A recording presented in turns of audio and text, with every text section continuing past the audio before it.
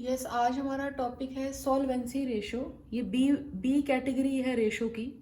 इसमें फर्स्ट जो हमारा रेशो होता है वो होता है date equity ratio. Date equity ratio का फॉर्मूला क्या होता है? स्टूडेंट सोचते हैं कि फॉर्मूला याद करना बहुत मुश्किल चीज़ है, जबकि ऐसा बिल्कुल भी नहीं है। Date equity ratio, first term इसके अंदर क्या आ रही है? डेट। सेकेंड टर्म इसके अंदर आ रही है इक्विटी। तो फॉर्मूला इसी से बन जाता है। फॉर्मूला बनेगा आपका डेट अपॉन इक्विटी। डेट्स के मतलब यहाँ पर लॉन्ग टर्म लोन से होता है। तो डेट में लॉन्ग टर्म लोन आते हैं, लॉन्ग टर्म बोरिंग आती है, long term provision and public deposit. Public deposit बहुत इंपॉर्टेंट है, क्योंकि ये पब्लिक डिपॉजिट वाली टर्म जो है आपकी फर्स्ट चैप्टर बैलेंस शीट में से भी पूछी जाती है कि बैलेंस शीट में पब्लिक डिपॉजिट को कहाँ शो करते हैं। तो answer is same, public deposit in the category of long term loan या लॉन्ग टर्म डेट में आता है, नॉन करंट लाइबिलिटीज में। सेकंड आपका आता है equity. Equity means what? Share holders fund. सभी स्टूडेंट्स को ये टर्म शेयर होल्डर्स फंड बहुत अच्छे से समझनी चाहिए। शेयर होल्डर फंड में शेयर कैपिटल आती है और एक आता है आपका reserve and surplus. Share capital में क्या क्या चीज़ें आती हैं? Authorised capital, issued capital, subscribed capital, called up capital and paid up capital.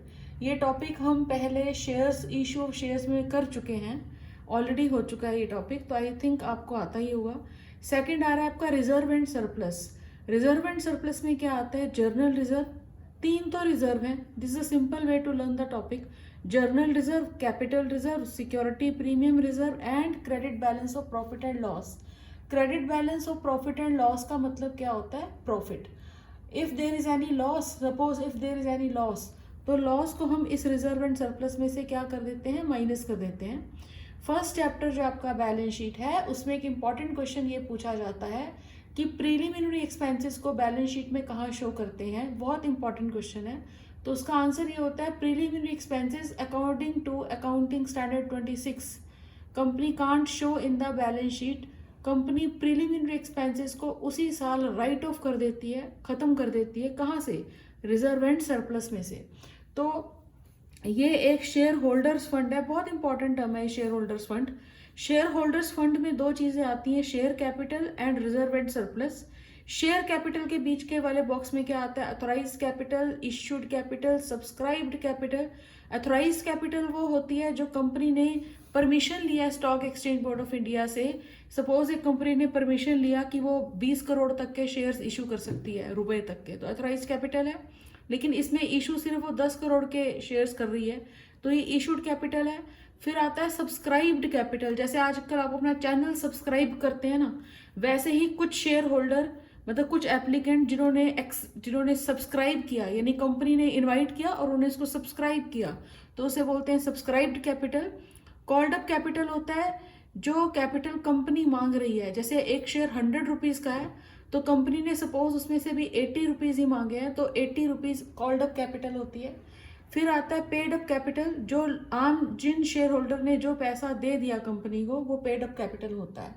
उसके बाद एक बहुत इंपॉर्टेंट क्वेश्चन है बट कि शेयर होल्डर की लाइबिलिटी लिमिटेड होती है या अनलिमिटेड होती है। एक शेयर होल्डर की लाइबिलिटी जो होती है वो लिमिटेड होती है up to the face value of the share. Very important question.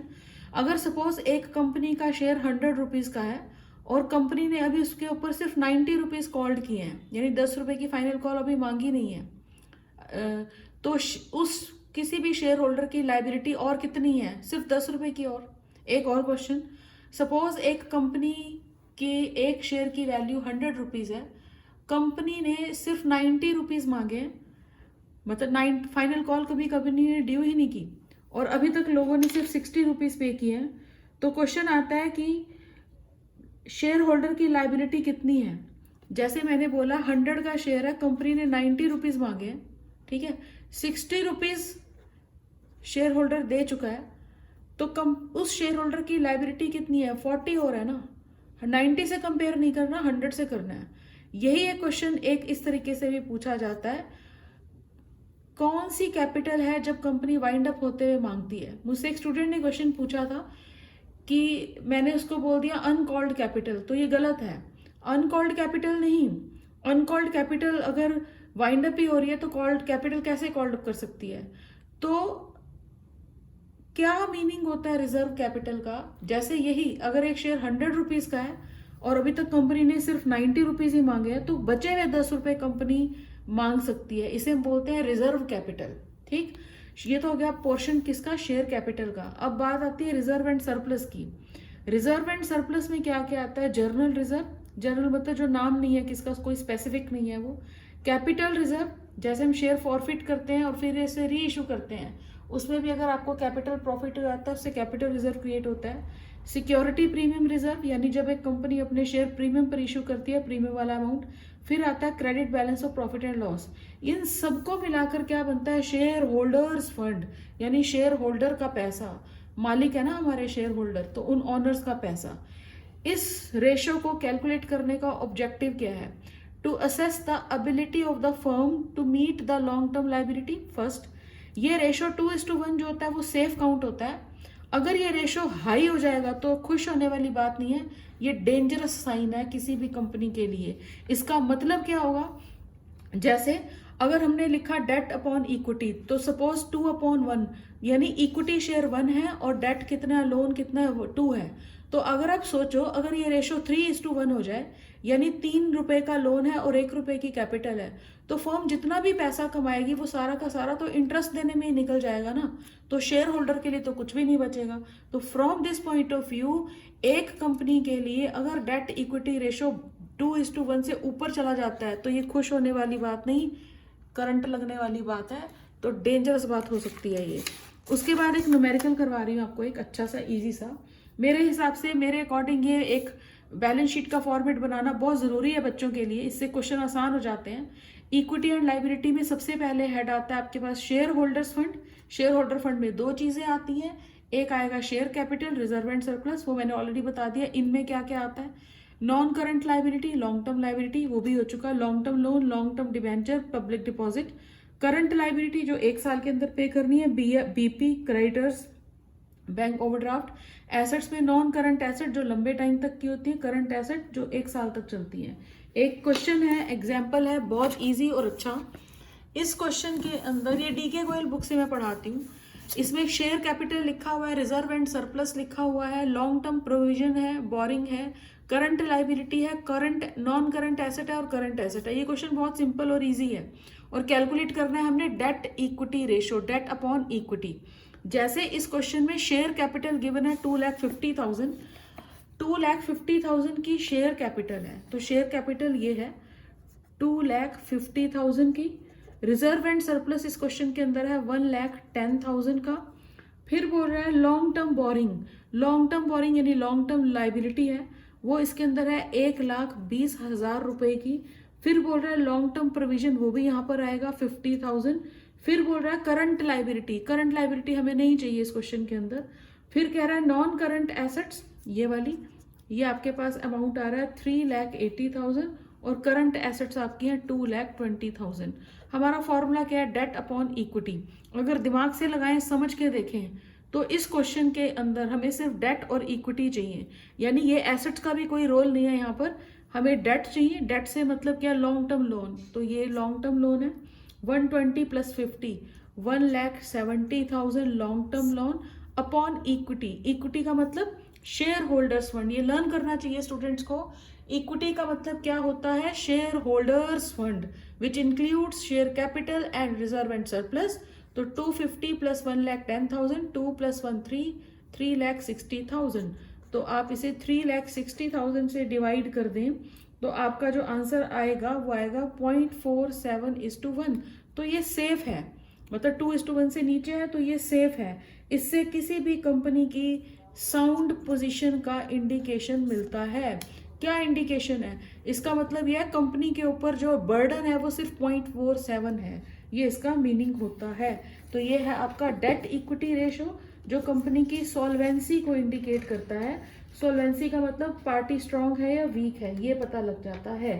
एक और चीज, सिर्फ एक हल्की सी चीज है, अगर आपको किसी न्यूमेरिकल के अंदर सिक्योरिटी प्रीमियम रिजर्व भी मेंशन किया गया हो और रिजर्व एंड सरप्लस भी मेंशन किया गया हो, तो आप सिर्फ रिजर्व एंड सरप्लस को कंसिडर करेंगे, सिक्योरिटी प्रीमियम रिजर्व को नहीं। क्यों?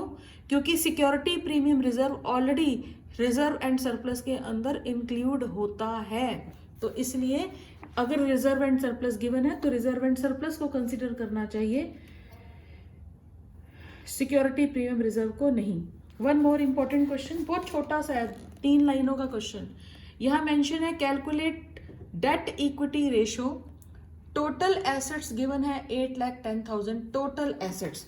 मैं इसी टेबल के अंदर इसे कंप्लीट कर देती हूँ, सॉरी ये हटा दो, ये हटा दो, ठीक है। टोटल एसेट्स का टोटल आ रहा है 8,10,000, ये total of the asset side is given. ये अंडरस्टूड होता है कि बैलेंस शीट की दोनों साइड्स का टोटल इक्वल ही आएगा। अगर एसेट साइड का टोटल 8,10,000 है तो it is understood liability side का टोटल भी तो 8,10,000 ही होगा। उसके बाद ध्यान से देखो यार, क्वेश्चन इतना इजी है, 3 लाइनों का क्वेश्चन। टोटल डेट 2,60,000 और करंट लाइबिलिटी मेंशन है 40,000। तो इस क्वेश्चन के अंदर टोटल डेट का मतलब long term and short term दोनों हो गया, यानी इस दोनों को मिलाकर, ये मैं हटा रही हूं, ये पुराना क्वेश्चन था, इन दोनों को मिलाकर यानी non current liability plus current liability को ऐड कर कर क्या बनता है टोटल डेट। और वो कितने गिवन है 2,60,000, 2,60,000 यानी इन दोनों का टोटल 260 है, जिसमें से 40,000 की करंट लाइबिलिटी है। अब आपके लिए देखो क्वेश्चन कितना आसान हो सकता है। हमें इस क्वेश्चन के लिए 2 चीजें चाहिए, डेट अपॉन इक्विटी। डेट से मतलब क्या है, लॉन्ग टर्म लोन, सिर्फ लॉन्ग टर्म लोन, करंट नहीं। In this question 2,60,000 is given total date. जब आप पेपर में ये क्वेश्चन करें तो इस बात को ध्यान से देखें कि वर्ड टोटल मेंशन किया गया है या करंट मेंशन किया गया है।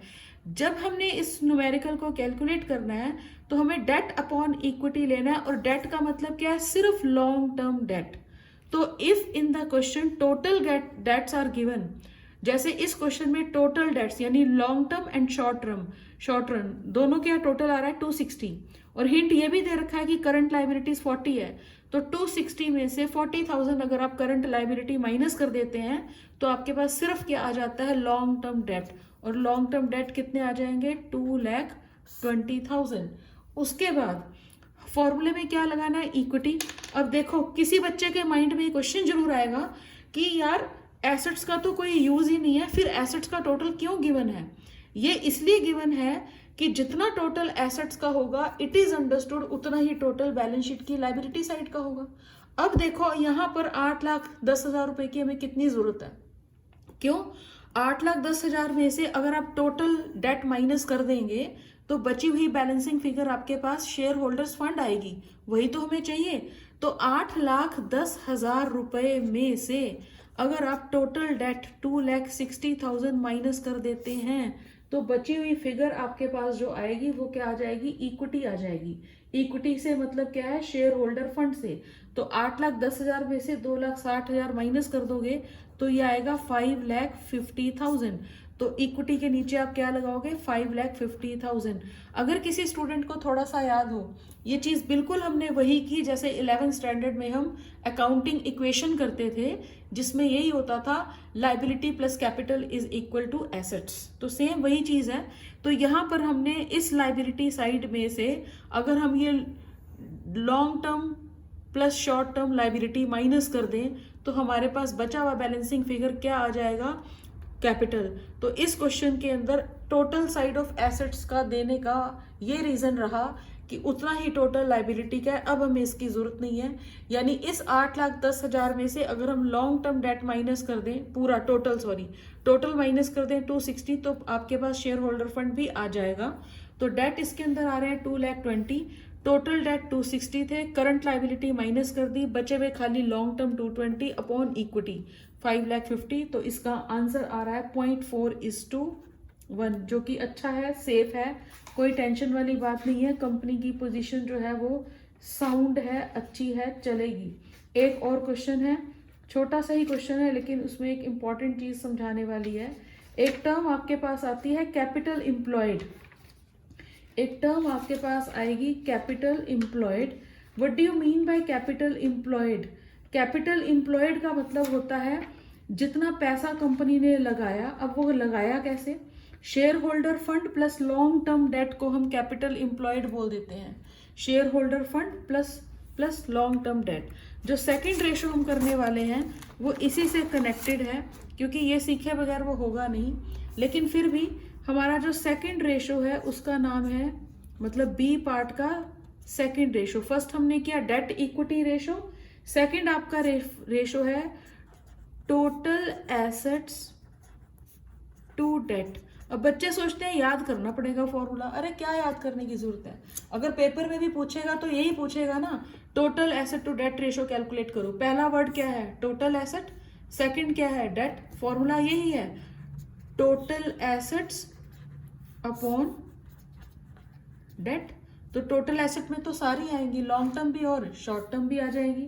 एक छोटा सा क्वेश्चन है, बिल्कुल ही सिंपल सा क्वेश्चन है, बहुत ज्यादा सिंपल। क्वेश्चन का साइज छोटा होता है लेकिन उसको समझना पड़ता है। यहां पर लिखा है share holders fund 14 lakh, total debt given है 16 लाख, करंट लाइबिलिटीज गिवन है 4 लाख रुपीज की। जब तक आप बैलेंस शीट बनाना नहीं सीखोगे क्वेश्चन मुश्किल होते ही जाएंगे। एक हल्का सा जल्दी जल्दी अगर बैलेंस शीट देखें, बैलेंस शीट में हमने सबसे पहले क्या लिखा? Equity and liability. Equity and liability में सबसे पहले क्या आता है? Share holders fund. Share holder fund में क्या आता है? Share capital and reserve and surplus. फिर आपके पास आते हैं लॉन्ग टर्म डेट, और उसके बाद क्या आते हैं? Current liability. इन सबको ऐड कर दिया जाए तो आपके पास क्या आ जाती है? Total of the liability side. It is understood जितना टोटल इसका होगा उतना ही लाइबिलिटी एसेट साइड का होगा। एक और इंपॉर्टेंट चीज, टोटल एसेट चाहिए तो जितना लाइबिलिटी साइड का टोटल होगा उतना ही एसेट का होगा। तो इस क्वेश्चन में अगर आप देखें, यहां पर लिखा हुआ है share holders fund 14 lakh, share holders fund है 14 लाख। जब share holder fund 14 lakh given है, इट मींस शेयर कैपिटल और रिजर्व एंड सरप्लस उसके अंदर इंक्लूड हैं। और फिर लिखा है टोटल डेट्स यानी long term plus short term. तो टोटल डेट्स आपके पास कितने हैं? 16 लाख। फिर उसने बोला करंट लाइबिलिटीज कितनी है? 4 लाख। यानी इस टोटल में से 4 लाख की क्या है आपके पास? Current liability. अब हमें इसकी क्या जरूरत है और इसकी क्या जरूरत है? क्योंकि आपको ये बात, कोई भी एक सिंगल एसेट गिवन नहीं है और क्वेश्चन में हमें जरूरत किस चीज की है? टोटल एसेट की। तो इट इज अंडरस्टूड जो बैलेंस शीट की लाइबिलिटी साइड का टोटल होगा वही एसेट साइड का टोटल भी होगा। 14 प्लस 16 30 लाख टोटल है आपकी बैलेंस शीट की लाइबिलिटी साइड का। तो it is understood balance sheet की एसेट साइड का टोटल भी तो यही होगा, क्योंकि हमारा फॉर्मूला क्या है? टोटल एसेट यानी non current asset plus current asset. अब हमें क्या चाहिए? डेट। ये आपको याद रखना चाहिए, जब भी हम डेट की बात करेंगे तो it is understood we are talking about a long term debt. यहां इस क्वेश्चन में टोटल डेट गिवन है। टोटल डेट का मतलब क्या होता है? टोटल डेट का मतलब होता है long term date plus short term या करंट। तो करंट हटा दो, बचा क्या? Long term. 16 लाख रुपीज में से 4 लाख रुपीज की करंट लाइबिलिटीज हैं। 16 में से 4 लाख माइनस कर दो, बचा कितना? 12 लाख। तो लॉन्ग टर्म डेट आपके पास कितने आ जाएंगे? 12 लाख रुपए के। तो 30 लाख को 12 लाख से डिवाइड कर दो तो आपके पास ये आंसर आ रहा है 2.5:1। ठीक है। अब मैंने इस क्वेश्चन में ये नहीं बताया कि इसका भी कोई आइडियल रेशो या कुछ हो सकता है। इसका आइडियल रेशो 2:1 या 1:1 हो सकता है, जो कि मतलब ओके प्योर है।